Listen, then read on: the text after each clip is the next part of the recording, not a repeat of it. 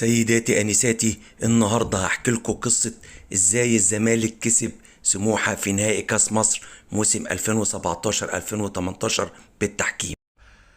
ما تيجوا نشوف. طيب مهندس فرج عامر. ايوه يا كابتن خالد. حبيبي اتفضل. هنطلب حكام اجانب ان شاء الله ماتش الزمالك. اكيد خلاص. كان كابتن عصام قال ما فيش حكام اجانب تاني، وكان اتقال ان الاهلي والزمالك حتى لو اهلي وزمالك، وبعد كده بعد اللي حصل في الماتش قال لو الاهلي والزمالك وصل هيبقى في حكام.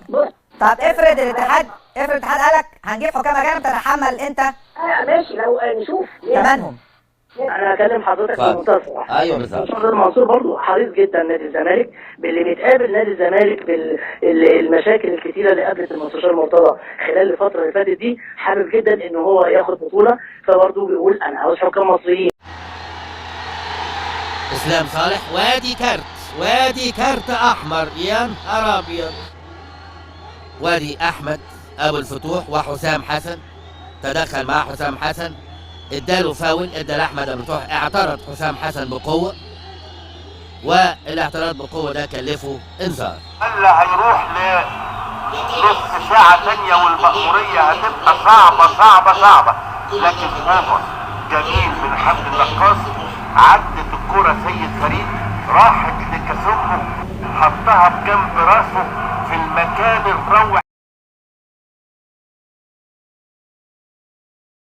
بيان هيظهر للنور بعد قليل من مجلس إدارة نادي الزمالك المستشار مرتضى منصور.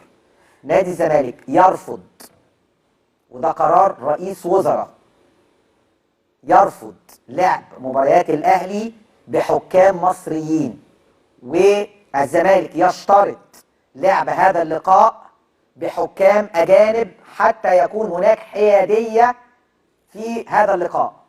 عارفه ان كلمتي مش ممكن تنزل الارض ابدا. حنفي خلاص هتنزل المره دي.